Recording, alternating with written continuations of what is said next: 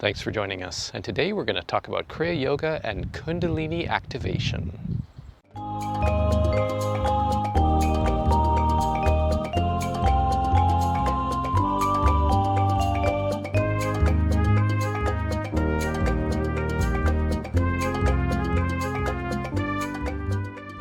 So Kundalini activation is something that happens in Kriya Yoga and other types of yogic paths. And the idea with Kundalini is that there's energy coiled in the base of the spine area.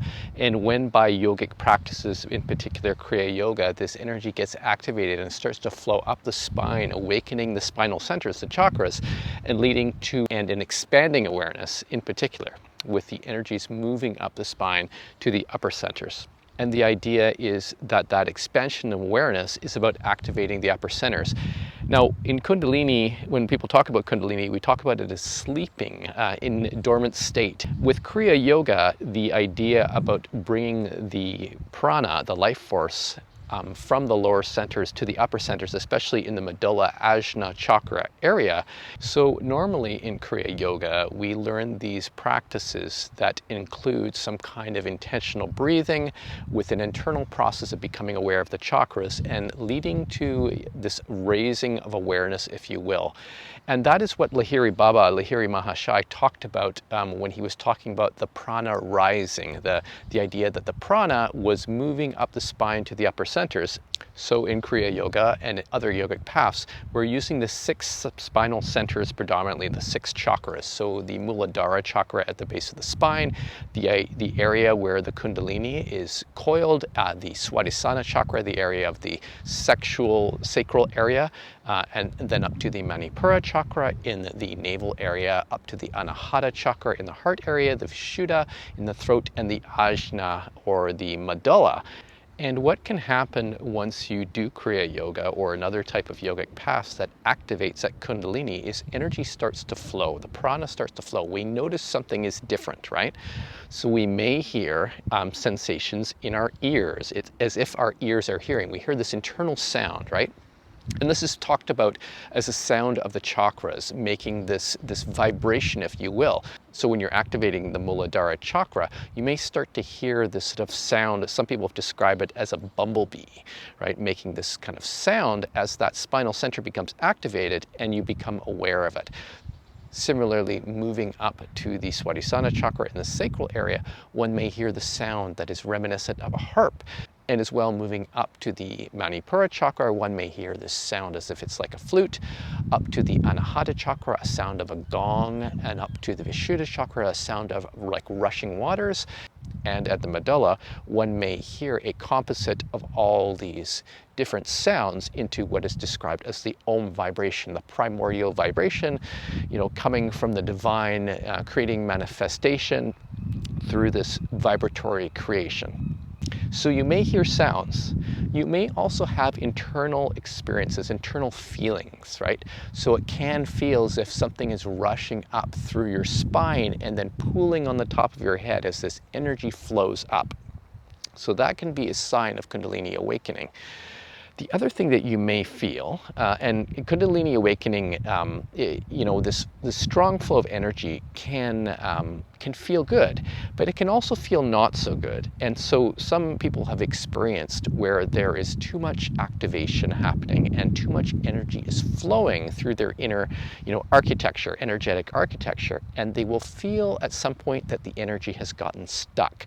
And this is what we talk about when people will refer to as Kundalini syndrome or Kundalini psychosis, is that they'll feel something that may be either a physical pain, it may be something highly emotional, charged. It could also be something that is at a mental level, right? Sort of mental anguish or mental pain. And when the energy is activated, it can sort of create a blockage, if you will, if there are impediments already in one's energetic architecture. And so I've had many people come to me and say, I've got this symptom and that symptom. They've been doing some kind of yogic practice or whatever that has been stimulating this awakening of the Kundalini, right? And then it's been flowing, but it has been flowing necessarily in the right channel. It runs into a blockage. So it can be a real challenge. Normally, when people experience that kind of Kundalini awakening and associated issues, associated problems, and normally I will counsel them to do some sort of grounding practices. And on our website, modernkriya.com, we have a bunch of grounded practices that come from Taoist internal alchemy that really help to ground oneself. These are grounding practices like the ocean breathing, right? This Mingmen breathing from the lower Dan Tien area, which is also an area that Lahiri Baba targeted with some of his practices as well, to open up one's inner space and allow a more harmonious development of the Prana, the life force moving through the different chakras and so on. And as well, practices like the Om Japa, which is included in Kriya, help to clear the spinal centers, to make them clearer and calmer so that the energy can flow in a more harmonious fashion.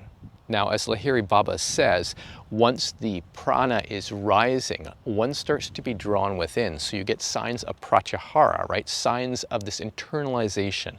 And that can be things that include this physiological freeze response, right? So you can feel your hands hot and heavy, or pulsation in your lower lip, tingling up and down your spine, tingling throughout your body. These are signs that your parasympathetic nervous system is becoming predominant and you're being drawn into deep meditation. And as you get into this deep meditation, as the Kundalini is active, then what you can start to experience is changes in your breathing pattern, right? Especially after you've stopped doing Kriya Pranayama and your breath starts to shallow out. It starts to become very, very faint and then disappear. This is the Tranquil Breath, where you get very internalized and you start to go into this state of Dharana, this internalized void, right?